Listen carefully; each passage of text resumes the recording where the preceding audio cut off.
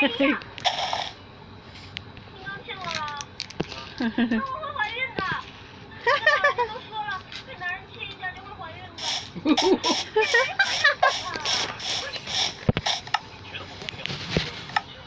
走开！这回我就娶你了。想要什么你说呗。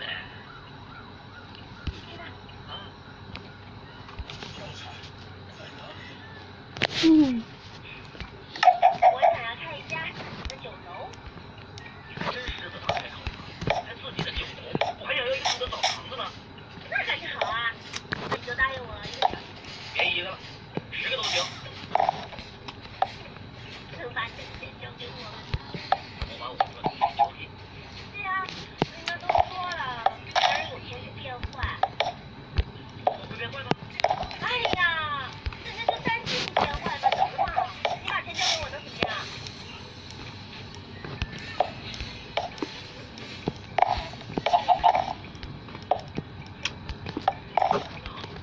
哎，你真不能给小姐长没在里边。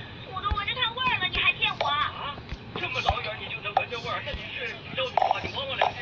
你才是狗！哎呦！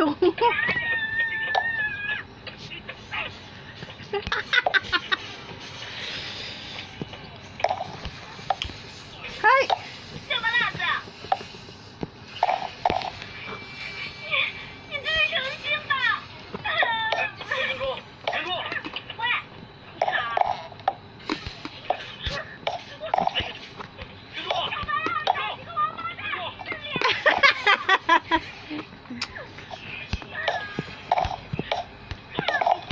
小姐，那为什么呀？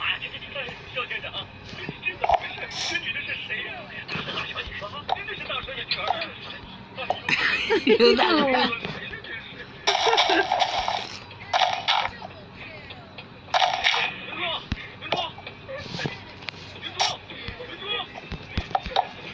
小白辣子，你别过来！再过来，我就跳下去了。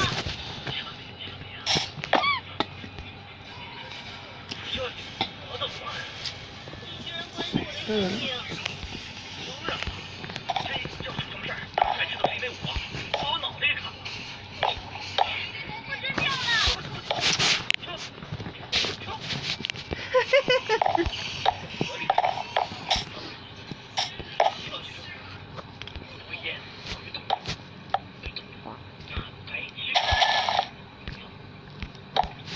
不跳了！这个真是美！趁我不在，这是时候，跟小妹子卿卿我我，你还对得起我吗？大小姐，你怎么了你？我们俩不般配。不般配？那你和小妹子就般配吗？小叔，真的不是，我一直把你当大小姐，小巴辣子就是小。我不管，我就是要跟你在一起。你看看，我为了能见到你，我是从金书里逃出来的，从省城来江都，身上也没带钱，我是一路走过来的。饿了吗？我现在去泡澡，然后吃饭。把肚子给张相公，张相公，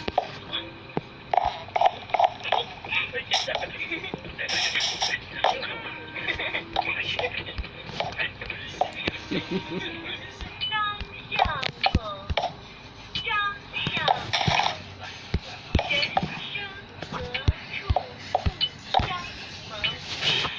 张。这位小翠姑娘，哎，你是想当红娘啊，还是迎娶？刘帅，啊，按您说的，啊？老爷，如个人是7点红，19岁红，风雪英英啊，也是红。我是有投票，刘专员。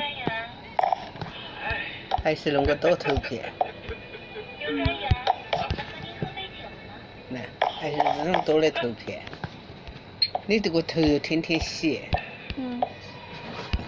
要不然你洗，你洗的干净。你给洗得干净它。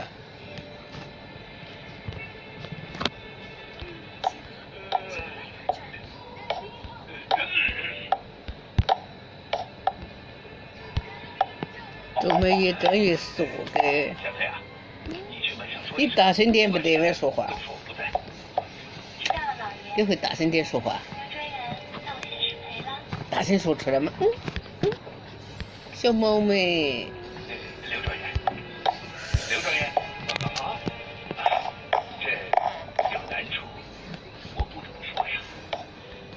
汪大官人有为难的时候，这徐总参议的园林，总不会把整个园林。你给我给还没拍个？挖一挖。我更难。这园子就算不能都搬迁，你伪造一个，总是可以过关的。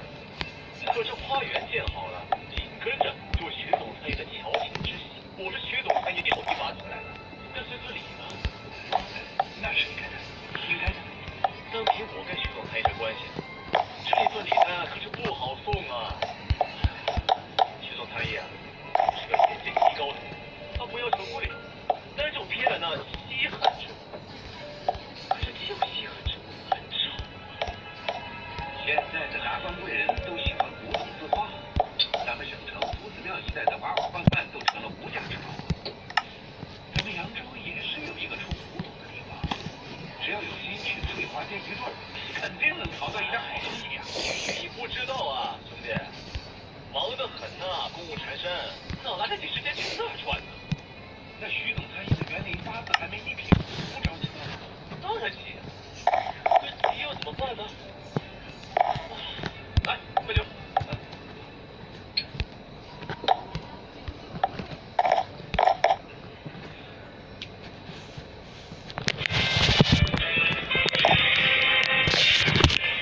来了，我回来了。乡亲们，乡亲们，今天啊，是我南阳首席都司参议，我呢，请肖县长为我们剪彩捧场，鼓掌！肖县长，请。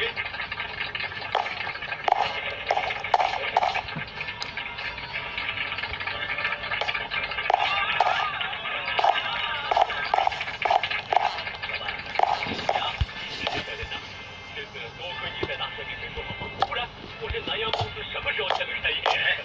那还得感谢这鼻烟壶。这南阳老板怎么把我的头发印到鼻烟壶上了？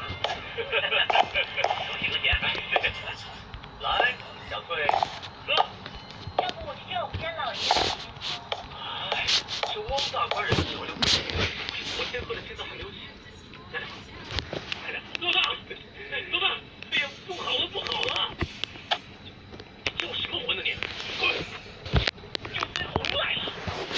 啊？又睡红来了。哟，是红姐来了，你来的可真巧。刚刚刘专员还念叨着你呢，说要么就把你给接过来，要么他下午就回去。哼，真的吗？我还怕是掉进了盘丝洞，出不去了呢。就这样。那个，你们俩先出去吧。啊，走吧，我跟他还有事要做。那我可真走了。你俩好好玩，好好乐，吃饭吧，多吃点儿。哎，你。这是句。他不是你想的那样的啊！怎么了？来过了，大闹了一场。这怎么把他给死了？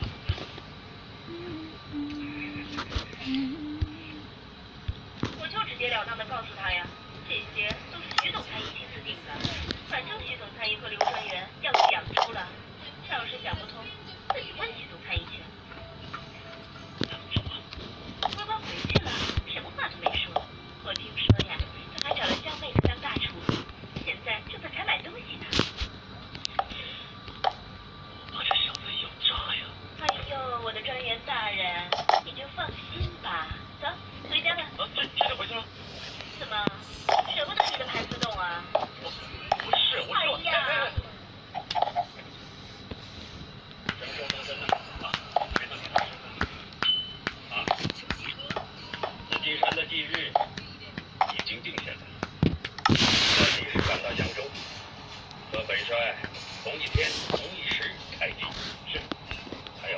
你把我的赤兔马骑走。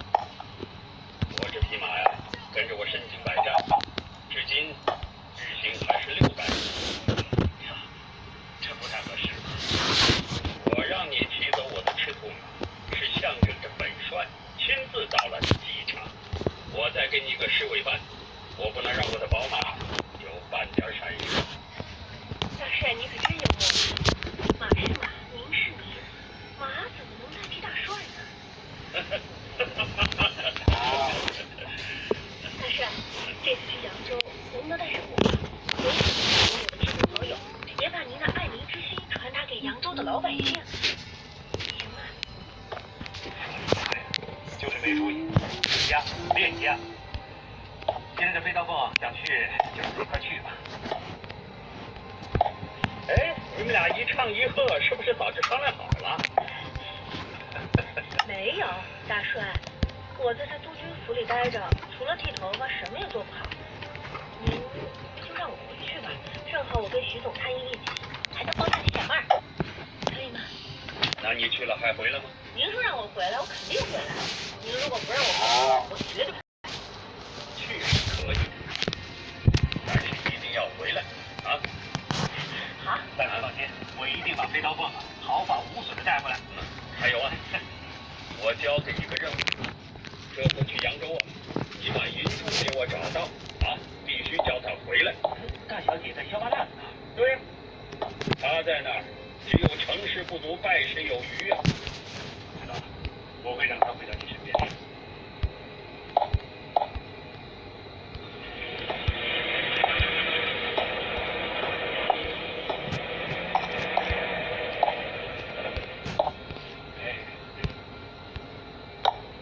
中国的古董，在徐才艺见得多得，倒不如咱们到这个南洋人的公司里看看，有合适的新玩意儿，咱们讨一个。听说这南洋人送了大帅一只鼻烟壶，大帅一高兴呢，就发下话来，允许他办了这个公司。嘿，我琢磨着，这鼻烟壶肯定是非同一般呐！哎，这个大帅是做个洋盘啊，那徐总裁也还是个好家伙。那好，到时候咱们就讨教讨教。哎，你我们开庭了，不要让任何人进来。是，父亲，看好了啊！是。走走。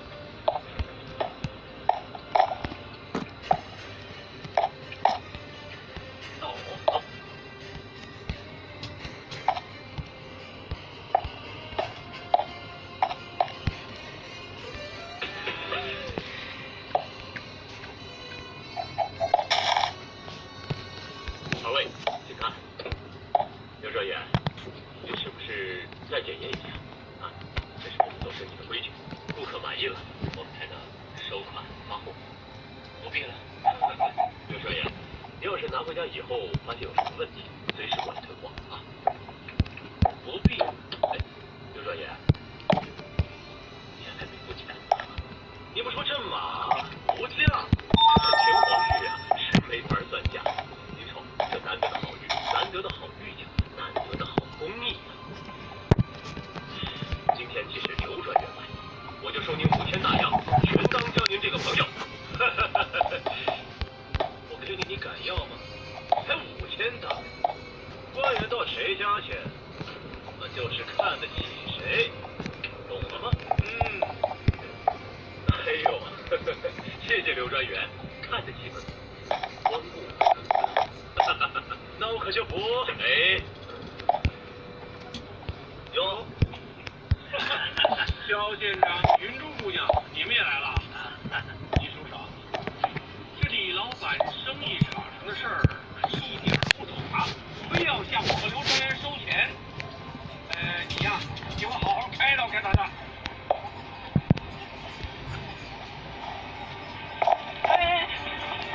金妹子，经理不让进。你走开，我找人。我们专员正在里面看公事呢，这谁都不让进。这个东西你是要求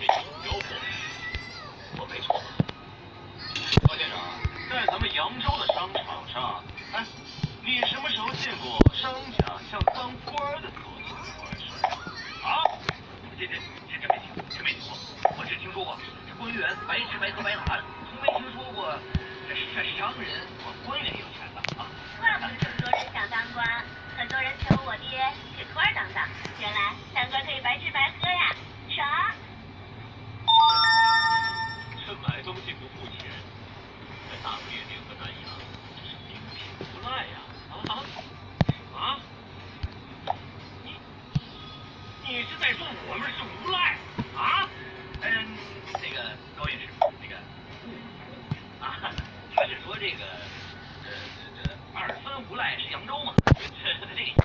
闭嘴！二分无赖是扬州的，他说的无赖是一回事吗？这个无赖跟那个无赖不是一个无赖吗？我什么？无赖不就是无赖？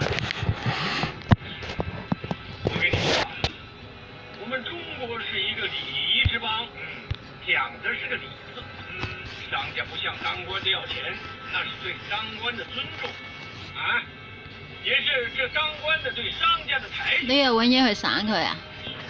懂嗎？啊？已經有这个咯。东西不慢。御马，我要镜子。这吉木不带了，我也要镜子。二位就请付钱吧。你去跟他说说，这没问题啊，不过那都得听我的啊。这大家各退一步不就得了吗？啊，好，今天就听肖县长您的。那就听肖县长的了啊！不许反悔啊！对，这御马呀，无价钱。既然刘专员爱不释手，李老板又是第一单生意啊，本钱那就别要了，收个入工费，那就两千大洋了，怎么样？你胳膊瞅我多爱贵，不是你嫌贵你就别买了呗。不是我听说刘专员您不是刚在恒大银行开了个账户，那里边好多钱，还带有这2000块吗？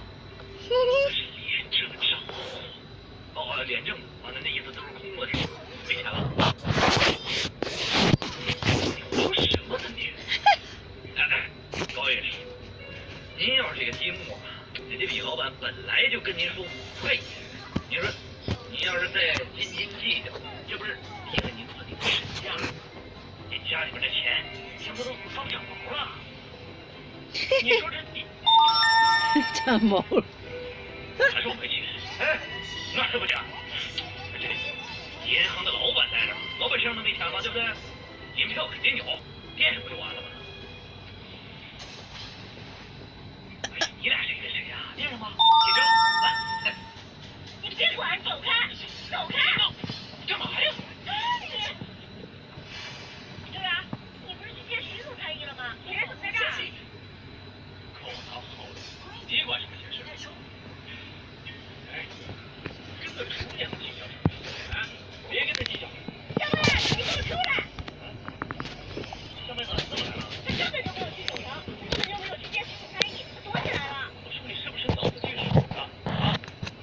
我躲什么？我怕谁啊？我为什么要躲？那你怎么在这儿？徐总参议呢？人呢？这官场你不懂啊！肖县长，有时间给他上上课。这徐总参议是省里的大官，能出来就来吗？参议刘专员说接就接的。真的，他真的没有去省里，没有去见徐总参议，他躲到汪大官人家里去了。哎呀，我看到他跟九翠红一块儿到汪大官人都挺像的。接风眼才办法。Hello, friends, and welcome to another video.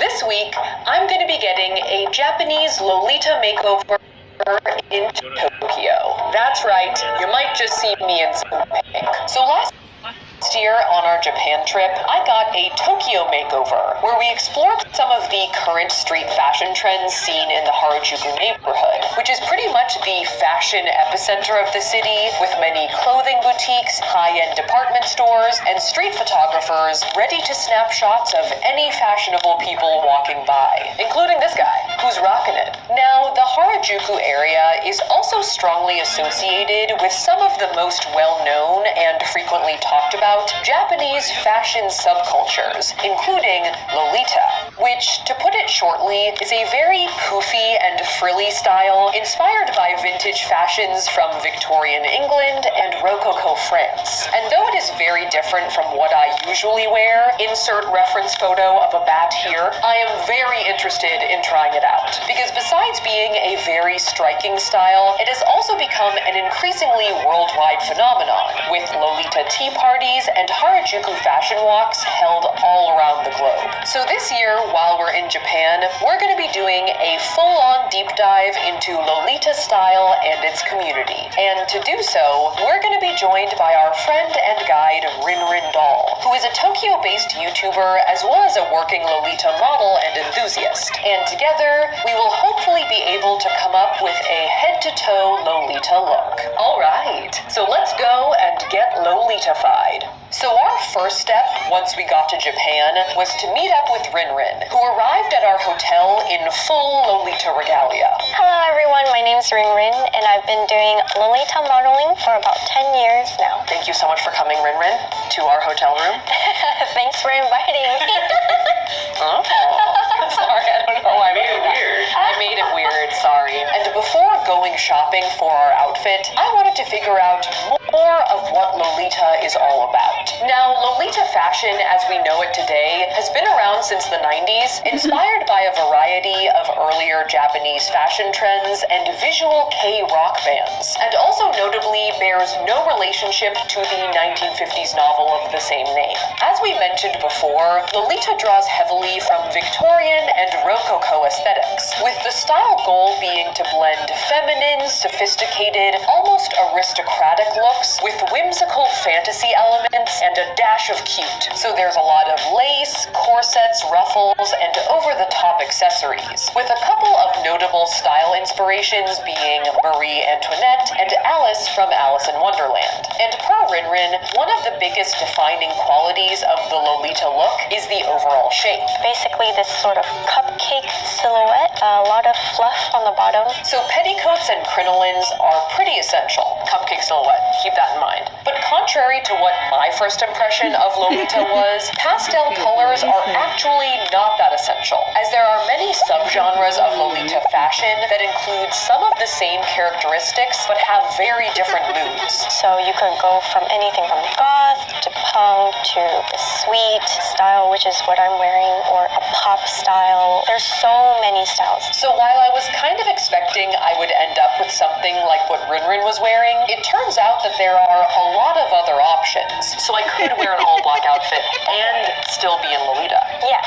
That's intriguing. Now, one of the most common questions that people ask about Lolita is, why do people dress like this? And a lot of Lolitas seem to say the same thing, and it's quite a simple answer. It makes them happy. It's fun for them, and they like to express themselves with their fashion. Rinrin said that when she put on her first Lolita outfit and looked in the mirror, I just thought this clicked. This is how I would like to see myself. It's very nice to love what you're wearing and how you're feeling at the same time. and they often mention that part of the appeal is that they're not dressing for other people's approval. It's definitely your clothes for yourself. I don't think it's very, sexy.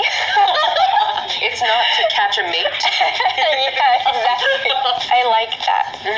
You're just having fun wearing what you want to wear, basically. Yeah, exactly. You selected the trend you want to wear. Now that sounded pretty familiar to me. Yeah, your Lolita is Tyler's gym shorts.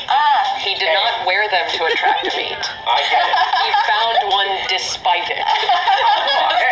Obviously, there's more time and effort that goes into a full Lolita outfit than Tyler's 20-year-old pair of gym shorts, but I think the idea of dressing in something that makes you feel good definitely resonates with me. Reinsert photo of Bat here. So with those guidelines sort of stylistically and emotionally set, it was about time for us to start building our outfit. And our quest started in Harajuku at the La Forêt department store, whose lowest floor, B1.5, is almost entirely dedicated to subculture brands. You can't go wrong on that floor. So I'd like to take you around there, and I've selected a couple shops that have a wide variety so that you can try out different styles. Awesome. We had actually arranged to go to La Forêt before it opened, so we arrived around 8 a.m. in the pouring rain, ready to get our shop on. Our plan was to visit 3 stores and try on 2 options at each one. And first up was Abiyatage. Okay, so we are here at Abiyatage with Naho, who is one of the shop staff. So this shop focuses on corsets, and they would like people to be closer to it and wear it in their everyday fashion. Naho also mentioned that in addition to selling corsets, they also specialize in antique-style clothing and accessories. So what kind of stuff we're going to be trying on right now? So she says she'd like you to try on a sort of gothic-looking style and then a little bit more light-colored style. And the gothic look was up first. She wants to have this on top. Yes, an overskirt. And besides some roughly black items, we also needed a corset, of course. And once we had selected that, it was time to try it all on. Would you need help? I'll call. Okay. If I need it. You'll hear me yelping. All right. Groaning, perhaps. All right, let's do it. Unfortunately, we weren't able to do a dramatic curtain reveal of our outfit because I needed some serious hands-on assistance to get strapped in. Suck it in. Do your worst. And from the impression I got from my rib cage, ooh, yeah, I would say Naho likes her laces tight. How is it? Are you okay? Can you still breathe? But once I was in, I did think the corset tied the whole look together. Alright, so this is like look number 1. I very much enjoy it. I am very tucked in. Yes. I am cinched. Naho is not messing around. We're in it. I also do like this kind of like rump look we've got going on here. It's sort of, excuse me. It's sort of, rococo. Why did I think you were going to say bootylicious? Oh, no. It's kind of like poofylicious, yeah. It's not bootylicious. Right. In addition to the poofed boot, we also added a bonus choker corset, as well as a slightly askew mini flowered hat. Oh, wow. Hello. I sort of feel like a fashionable, who's the lady from Sweeney Todd? Mrs. Lovett. I kind of feel like a fashionable Mrs. Lovett. Like, I could be in cahoots with a murderous barber. Definitely. To round out the look, we added a few pieces of jewelry, including this finger thingy. That is something that like a Marvel villain would wear. Yes. It's kind of like the Infinity single ring. It's like the Infinity index finger. As well as this almost fairy-like ear cuff. I'm getting kind of a Lord of the Rings vibe. You just went a little Arwen. Yeah. I think with that, they were finally pleased with the amount of things I was wearing. Very good. You like it? Sticky. And I was also generally pleased. I mean, I definitely feel a little short of breath, but I also feel good in it, so it's hard to say. So that was option number 1. Now for our second outfit, Naho put me in a lighter corseted look to give us our first taste of some pastel. Alright, so this is option number 2 from Abiyatage. Now this isn't necessarily a traditional Lolita silhouette, but it does have some Victorian vibes, especially with the sort of nightgowny duster coat that I could grab and be outraged with. Like I almost feel like I need like a chaise lounge to like faint upon. I'm like, scandalized, how dare you? Excuse you. So I would say that it was more of a Victorian pajama look. One thing I will say is that my cleavage is definitely making an appearance. Magical appearance. I think Naho has created it with her masterful corset skills. Yes. 谷間ナホが作ってくれた。She said you have it already. Oh, thank you. Yeah, it was just hiding somewhere much further down. Now, most Lolita looks actually have quite high necklines and don't really feature cleavage. However, since I usually don't have much, I wasn't mad. But though I enjoyed this outfit, I am a big fan of like an outer layer. I think that this was more of an alternative Lolita look, so I wasn't sure that this was the one for us. And though we still had the first outfit as one of our possibilities, it was time to continue on to store number 2. Okay, so now we are here at Atelier Pierrot, which is actually just like a few sort of steps down from where we just were. And we are here with Mai, who is one of the shop staff today. Now, Atelier Pierrot is a select shop that carries Gothic and Lolita items, and when people mention Alice in Wonderland as a style icon, I think you really get a sense of that here, with like serious cupcake and Mad Hatter vibes. So let's get started. Yeah. Where should we begin? じゃあ着替えましょう。お願いします。Mai pretty much immediately grabbed the dress she wanted off the opposite rack, which was a long, layered, dusty lavender gown. So it's a little bit summery because of the sleeves are shorter. I also feel the sort of breathable material. I like that. So this one first. Okay, perfect. So I was quickly whisked away to the dressing room, with my stockings following close behind. We have tights for you. Oh, great.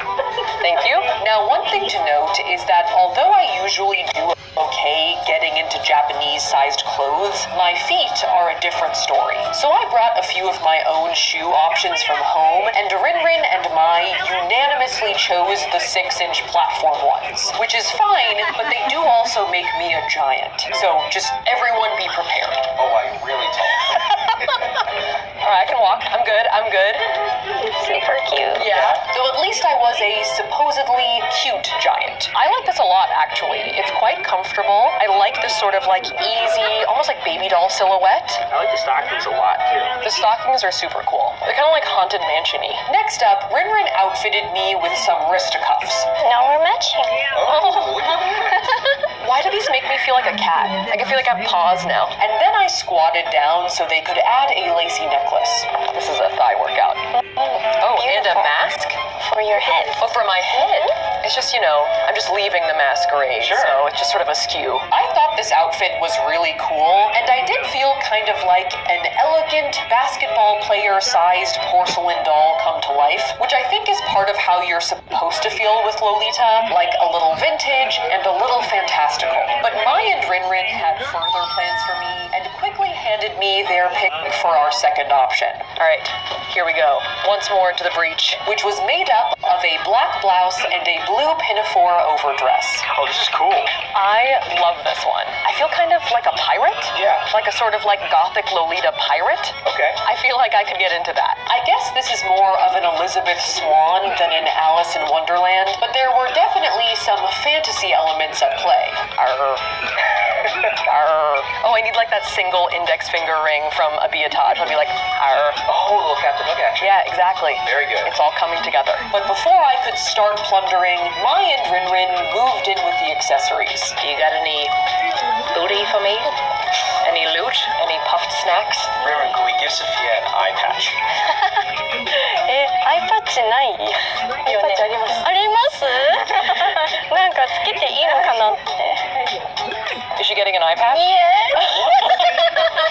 I still can't believe they had an actual eye patch to try on. It's a Lolita eye patch. Oh my god, it's happening. But after the elven ears and infinity index fingers, I guess I shouldn't have been all that surprised. Is this a look?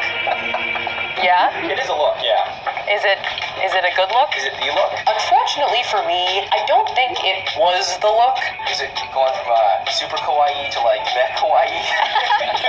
I prefer no eye patch. Yeah, I think that's probably the call. But minus the eye patch though, I really did like this look. I think this really suits you. I like the color on it. Do you guys like this better than the purple dress?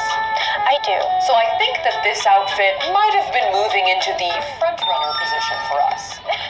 We're just fine. But we still did have one final store left to visit. Okay, so we are here at Angelic Pretty with Aya and Lime, who are two of the shop staff who are going to be helping us out today. Now, Angelic Pretty is the brand that Rinrin has been working with for a long time, and they're well known for the sweet Lolita outfits that they sell. And per Aya, Lime, and Rinrin, the store's motto is For the little boys and girls inside of us who dream of being princesses. which I think is a pretty different vibe for me. When I was a little girl, I wanted to be Snow White, who's got the blue and the yellow. But now I'm more of a Maleficent. Yeah. Yes.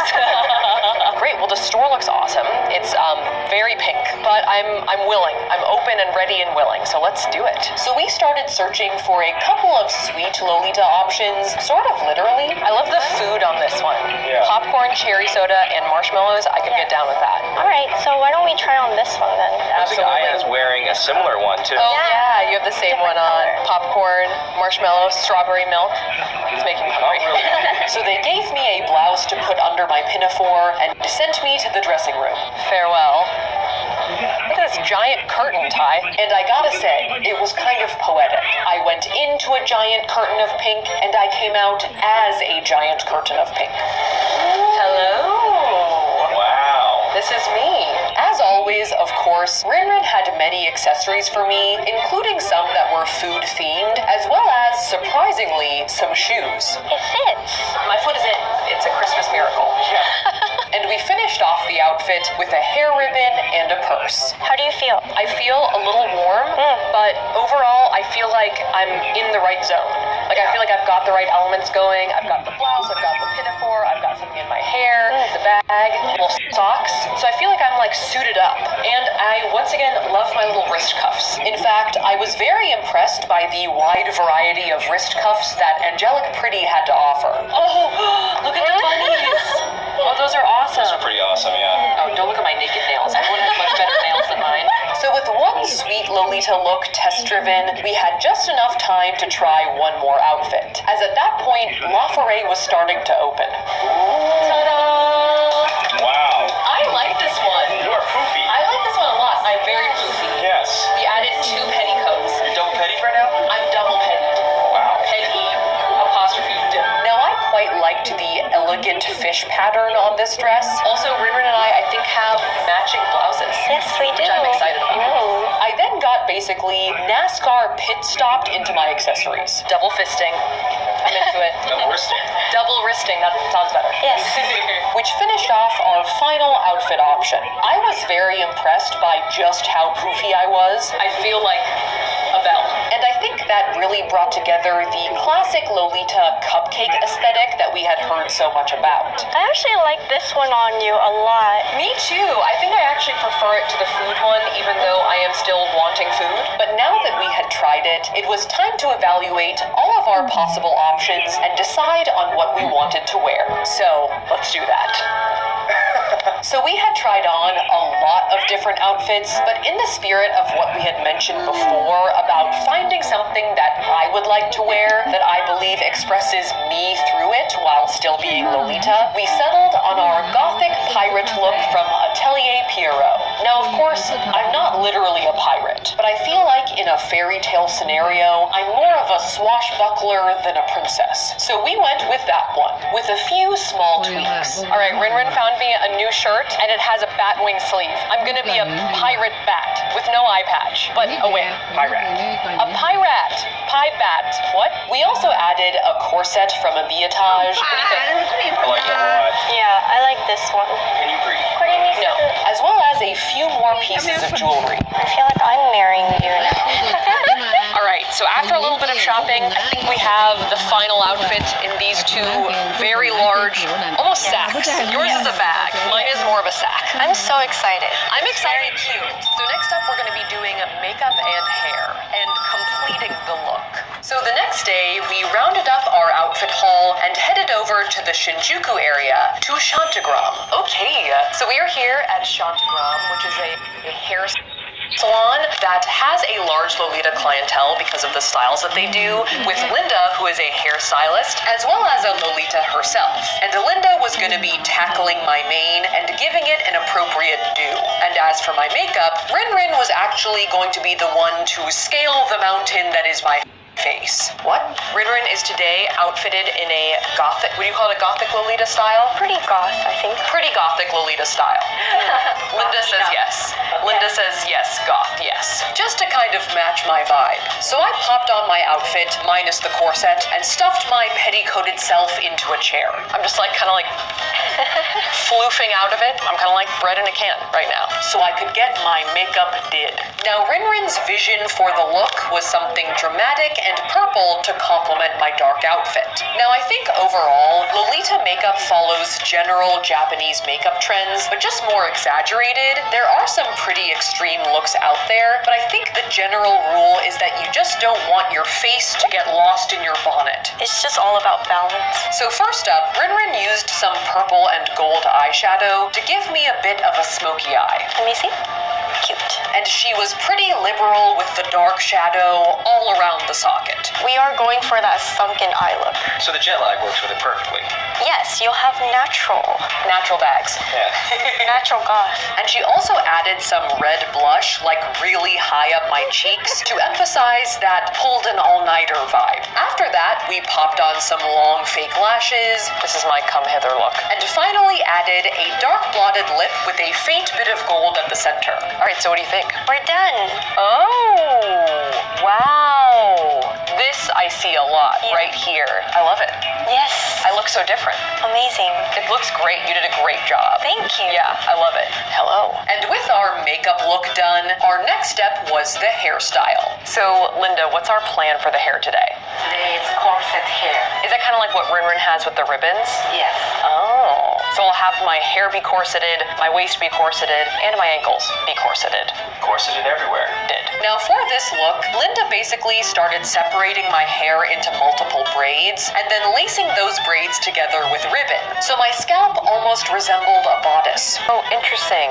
So you're like corseting my braids together. Yeah. I get it now. This is a current hair trend that's popular amongst Lolitas that Linda does a lot. I am terrible at shoelaces and tying my shoes and anything involving shoelaces, so this is way out of my league. Now, besides corset hair, there are a couple of other staple Lolita hair looks that you see a lot, notably the Hime or princess haircut, which is basically like straight across bangs with two longer side locks that frame your face, as well as wigs, hats, and general headpieces. But I think in our case, we were getting away with just doing a lot of ribbons. And aside from those, Linda was also curling the bottom part of my hair that wasn't corseted. I'm being doused in hairspray and I like it. Smells like apples. And with that, my hair was done. Oh, wow. Oh my God, look at the back of my head. It was ridiculous. I'm very disappointed that I didn't say that in person. I don't even understand what's happening there. But Linda's skills are ridiculous. Where does one end and the other begin? See, I told you, this is way out of my league. So with my head fully dressed, it was time to put on the rest of my outfit. All right, I'm preparing myself mentally. They're preparing the corset, I'm preparing my lungs. You should hold on to something. Yeah, I'll turn around. I think I should have realized when Linda was doing my hair that she really wasn't going to take any prisoners with the corseting. Is it alright? Yeah, no, it's great. I like how you have a giant fake butt right now, Saf. I think that's like a late Victorian style. Oh, yeah. We'll look it up when we get back to the U.S. From there, we added on our jewelry and stepped into my very high heels to finish off the ensemble. How do I look, Ty? You're like an avatar thing. A Navi? You're like a Navi, yeah. You're like giant and blue. Oh, wow.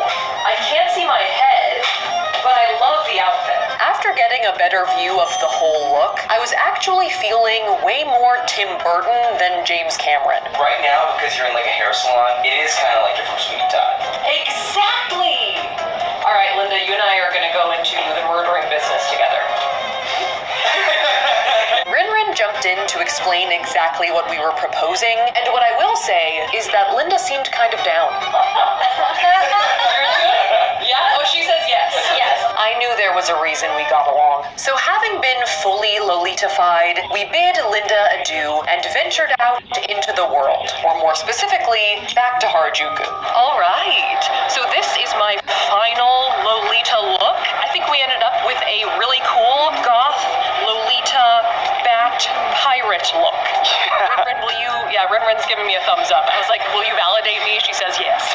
And in addition to our corseted pirate base, our look also included the all-important petticoat, these pattern tights, a garter with a bow that fell down a fair few times, some black wrist cuffs, one ring, and two necklaces, which we matched with our sunken eye makeup look, our corseted hair, and a pair of就贴在外面的。好啊，做得好啊。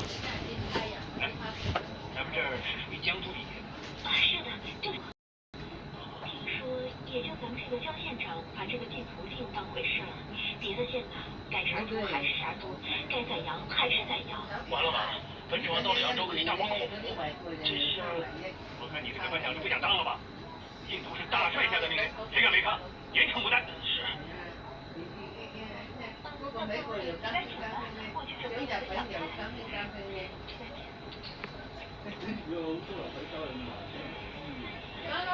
小妹子，你看这全都是蔬菜、花果、豆制品，这扬州三头四大名菜怎么做呀？哎呀，我有什么办法呀？你说这满扬州城珍珠毛都没有，这小麻辣真是拿鸡毛当令箭。小妹子，哟，这是在采办呢。没有麻烦，你来的正好，你过来跟我评评理。你说这小麻辣怎么混蛋？你说满扬州城都禁足了，你要让我拿什么去做扬州三头四大名菜？就这事儿啊，怎么说呀？这要是换了别人啊，哪种我也不跟他通过这个提名的。看这个小妹子，来，你看这个没事，你跟我来，我带你去个地方。哎，你们先回去，我跟这位爷去专员衙门走一趟。哦，对了，告诉小麻辣子，让他不用着急，我有事儿了。走。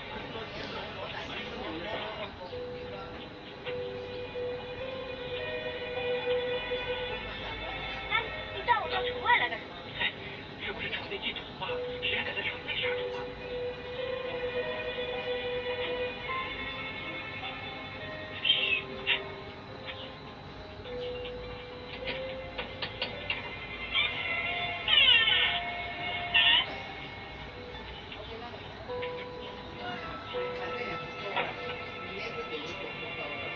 都留着吗？都留着。今天盐运主谁也别来。好，哎，她叫小妹子，是交代徐总差一个大厨。你们听好啊，今天这里所有的东西都由他支配，谁都不许动一根骨头一根毛，听见没有？哦，就你今天就当上了招待省里来客的大厨。哎呀，有颜不识泰山，有颜不识泰山呢，别再废话。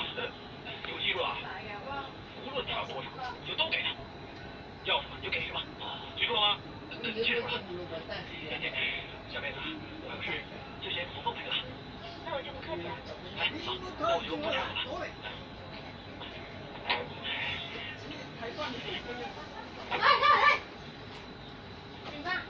你们一天杀多少头猪啊？官府定多少我们就宰多少，多的时候10几头，少的时候也就1、2头吧。那今天呢？今天连20头都宰了，大概一共6头。这样，你给我记个账，我一共宰6头。废话，我记专员公署记的。那什么时候送货啊？过2天我们叫人来拿，要是不是我的人，千万别让他拿。那是。那我就去看货吧。哎，再见。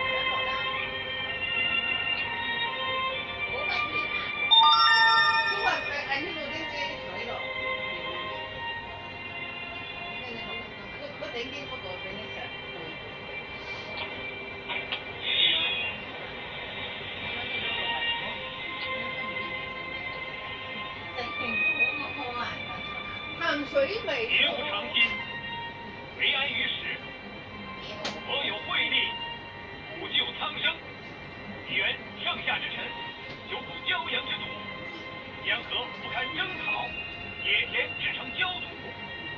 故徐某沿大帅之命，上言请粮，举臣殷恳，语称其求，忠心可见。我蒙敢达之恩，立志滂沱之责，救黎民于水火，赐百姓以安生。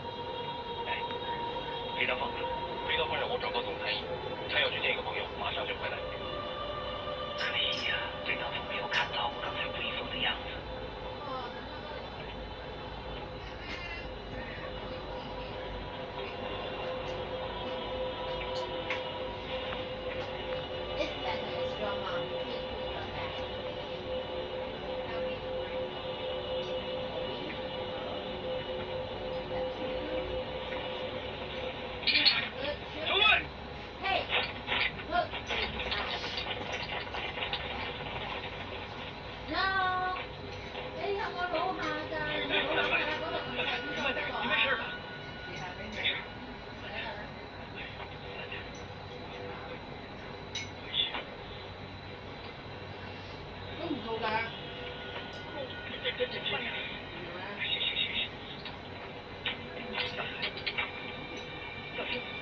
事吧，大帅？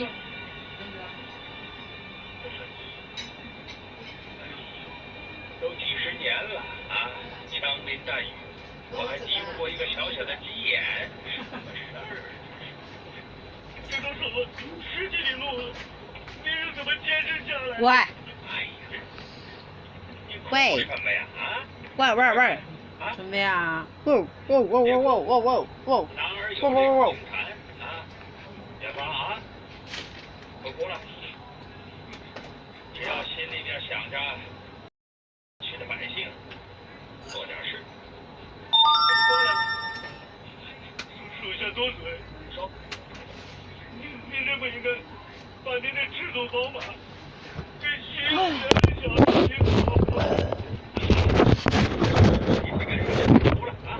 好忙啊你。这个赤兔马呀，出现在扬州7天仪式，这就象征着本帅和扬州的灾区百姓共同求雨，知道了吧？哎，你说徐永泉他会不会几天的时辰？那他不敢，难说。他和飞刀锋在一起呀，干不了好事。大帅，你们放心，飞刀锋啊。一个总参与，一个剃头匠，他们俩在一起，剃头匠。没那么简单。你瞧，你看怎么跟我说？看着点，徐永泉。对了，要跟我说，经常有一搭无一搭的向他们了解大帅的政治抱负、治军方法，还有大帅对北京政府和时局的看法。飞刀锋都惦记上我了，居心何在？哎，你说，咱们以后让不让他进督军署呢？让他进，我会加强警戒，这样我们就有机会知道他的背景究竟是什么。聪明，我就能知道他背后的老板是哪路神仙了。是不是孙文派出的女间谍打入咱们督军府？如果真是孙文派来的人，那我倒不怕了啊，因为孙文在工商界、大学、新闻界支持他的人非常多。如果我们督军署和孙文的同盟会能搭上一条线，哎，那我们以后在江浙沪一带又多了一个政治盟友。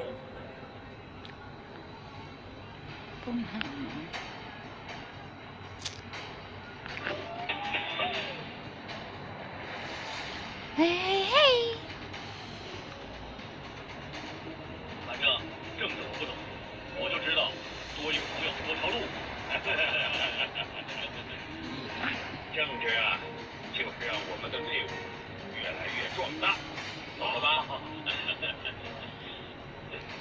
哎，说我这个鸡眼怎么老好不了呢？大帅，你又在想消巴辣子了吗？你这简直就是我肚子里的蛔虫啊！鸡眼，小不拉子。大帅，要不咱们走吧？走，来，我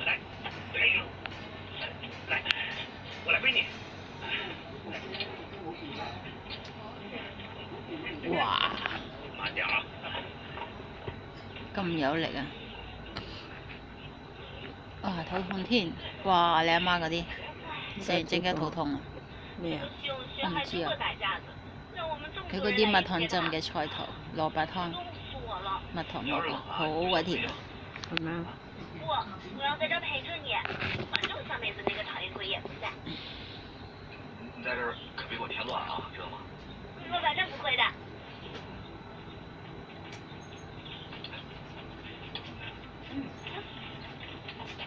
我也什么了？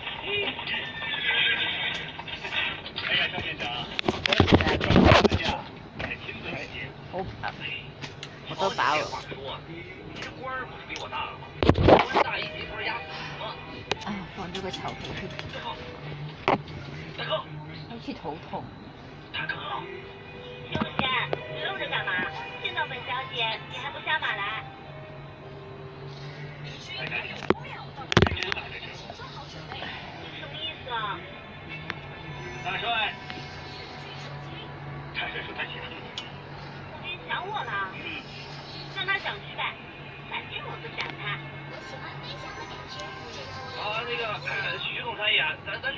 嘛，给您准备了酒席啊，边吃边聊啊。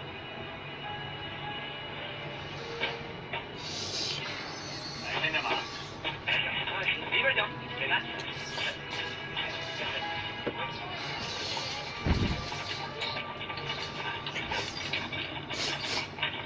大哥，我来了，你怎么来的？大哥，你让我一个人待在省城，那会有多寂寞，会多伤感呐！哎呀，我不让你回来，我要让你回来，怕你出什么事儿。这种事儿，我保证老老实实在你身边，知道吗？那怎么着？那讨你要厌。是给我惹了事儿，别管我了，明白不明白？哥，你放心吧。行，进去吧。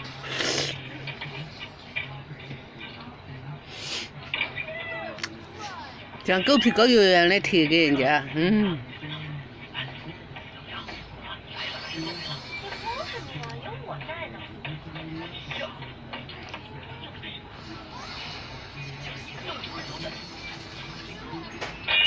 啊，你是不是想反悔？老头啊！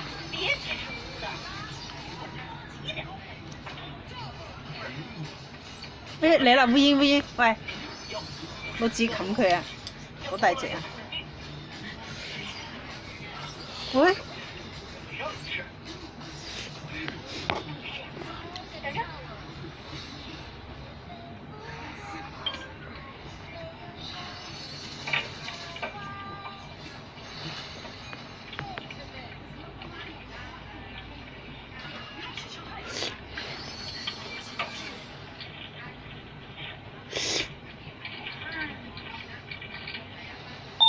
梦航哟。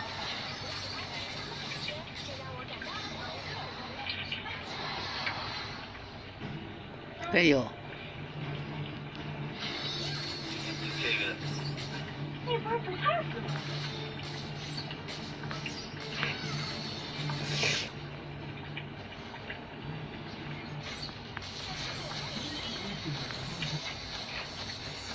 飞得还不错啊。飞得那么快啊？吐我！谢哟！妈呀！我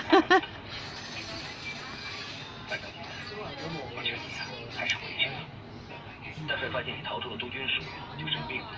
我来江都的时候，他还没有。